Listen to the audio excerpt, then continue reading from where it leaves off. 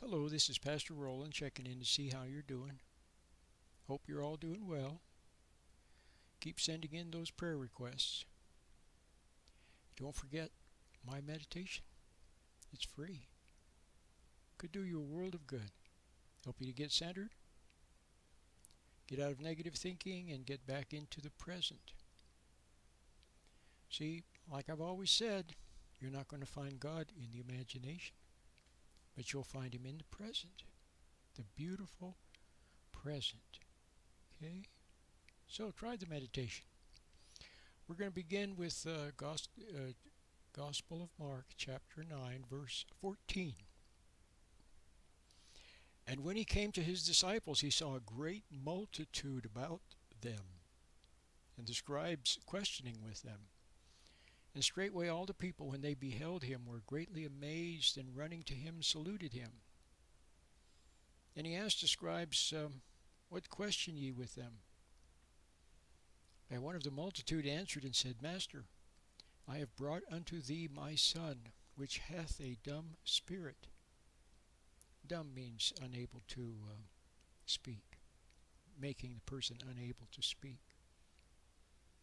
And wheresoever he taketh him, he teareth him, and he foams and gnashes with his teeth, and pineth away. And I spoke to your disciples, and that they should cast him out, and they could not.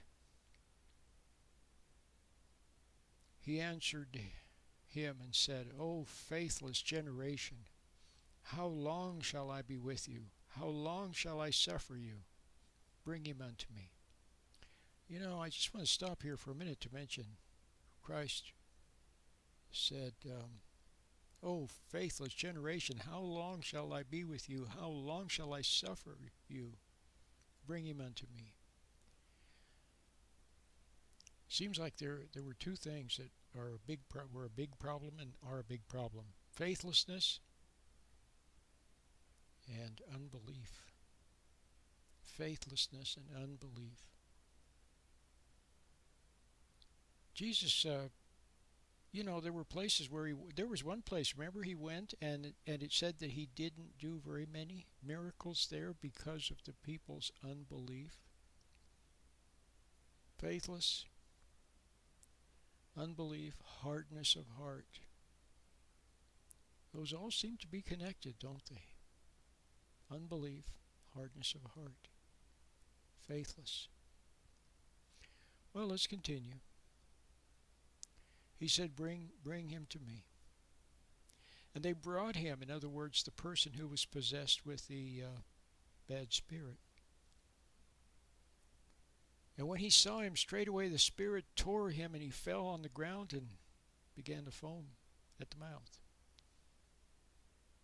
And he asked his father, in other words, Jesus asked his father, how long is it since this came on him? And the father said, since he was a child. And often it has cast him into the fire and into the waters to destroy him. But if you can do anything, have compassion on us and help us. Jesus said to him, if you can believe, all things are possible to him that believes. And straightway the father of the child cried out and said with tears, Lord, I believe, help thou my unbelief.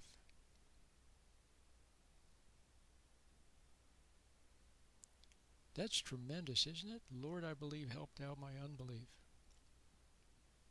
See, if you look carefully into your own life, see, it's unbelief. There are some things that you know, even when you were a little child, you sort of knew about Jesus and about God and about good people. And there was a lot of things that you knew. But then what? Then doubt starts to creep in, or unbelief. You begin to doubt. Where does that come from? Sometimes it comes from the devil, actually. He casts doubt into our minds. He's always casting doubt. Even in the Garden of Eden. Remember? He said to Eve, she she said, God said we're not supposed to eat of that tree of the knowledge of good and evil. And then the serpent said, did he say that? See, trying to cast doubt. Well, you'll see it in your own life. You'll see the doubt thoughts coming up. When you're ready to do the right thing, how often does it happen when you're ready to do the right thing? Okay, then doubt thoughts begin to crop in. Then you second guess, you doubt yourself, and you don't say anything. You don't say what needs to be said, or you don't do the right thing because of doubt. See? And then after that, you comfort yourself with some excuse, which may also be from the devil. Excuses come to your mind. See, for why you didn't do the right thing. Often we don't do the right thing. We do the expedient, the thing that will bring advantage to us. See? But the doubts are always looming. If you're going to do the wrong thing, then that voice that's been tormenting mankind ever since the Garden of Eden, that voice will be in your mind saying, go ahead, do it. Nobody cares. Nobody knows. Everybody's doing it. It doesn't matter. This is your chance. Etc., etc., right? It's always egging you on to do the wrong thing. But if you want to do the right thing, see, the noble thing, there it is with doubts. What if this and what if that? And see? All right, so unbelief. Help thou my unbelief. That would be a good prayer to God, wouldn't it? People want to know what to pray for. I always tell people, well, pray for enlightenment. Pray for light. See, ask Jesus to come into your life and pray for enlightenment and for light. Okay? Because now what? You're confused. You're confused. A lot of people say, I'm confused. I don't know. See, well, pray for light. Okay, and then the other thing you can pray for is, like this man said, Lord, help me. Lord, I believe. Help thou my unbelief. Help me with my unbelief, Lord. Okay. Remember, Christ said, if you can, all things are possible if you can but believe. It's amazing. Well, let's continue with our story. So, Jesus said, all things are possible if you can believe. And the man said, Lord, I believe. Help thou my unbelief.